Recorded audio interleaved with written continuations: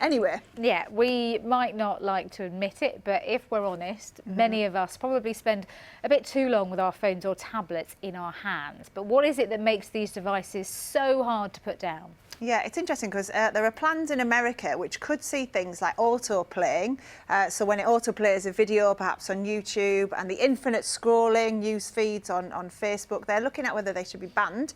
The authorities claim these features are designed to encourage addictive behaviour, and it's an issue that the UK Parliament is investigating too. So we've been finding out what you think.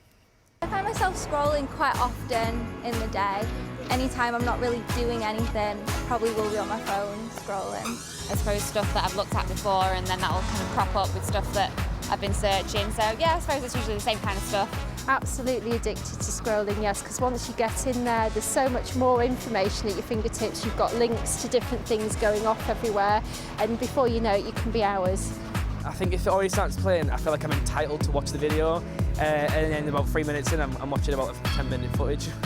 No, I don't watch videos that automatically come on after the video that I've been watching. I find it very irritating. I guess it can be quite compulsive to watch.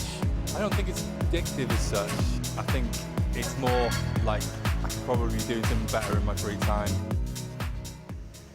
Well, let's talk about this to Dan Sodergren, a digital marketing and tech expert, and Dr. Susie Gage, a psychologist from the University of Liverpool. Good morning. Morning. How serious a problem is this, Susie?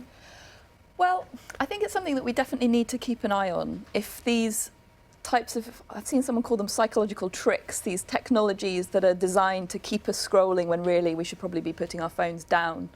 This is something we definitely need to keep an eye on, but I think we need to be careful about medicalising just a behaviour that we like to do. So we like to look at our phones, we get a lot out of it, we get a lot of connection with other people, and it's important not to minimise the positives that come from social media and things like that, as well as the potential risks. Isn't it our fault, Dan, rather than the tech companies?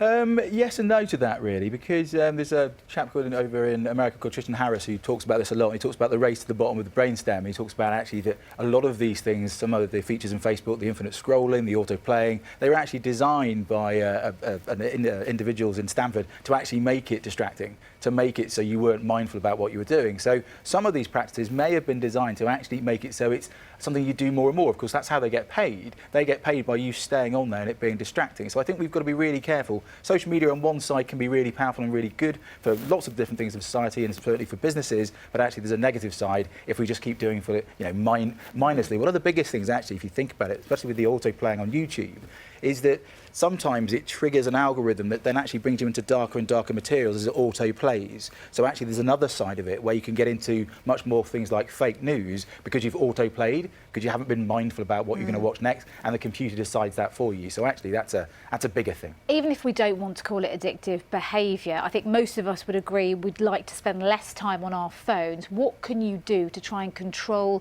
the amount of time you do spend scrolling? I think if you're worried about your own behaviour, the thing to do is to set yourself firm lines, boundaries, because it's easier to let things slip if you're a bit vague about, oh, I probably shouldn't spend as much time. That's not a very helpful goal to set yourself. If you say, nowadays on phones you can see how long you're spending on them, and you can say, well, I don't want to spend more than this amount of time a day on my phone. And once you have a boundary like that, a firm boundary, it's easier to keep to it. And also if you do go over it, you don't let it slide. You go, okay, well, I've broken that goal this time, but I'll keep to it next time. Yeah, I think that's probably what the technology companies maybe they could do themselves, especially with mobile gaming and other things. It could be like, you've played this now for 3 hours, you really should be stopping. I think Pokemon Go does this quite famously, and even the Wii and other things do this as well, but they could be in exact same rules with Facebook and Twitter. You've been on it for 6 hours, we know you have, therefore let's just close this down. I think that's what they could most probably do. Another interesting thing I think from the technology companies, it'd be a great rule if you bring this one in, is what I call the Your Kids rule, which is basically, do you let your children, your loved ones, do what you're saying that everyone else should do?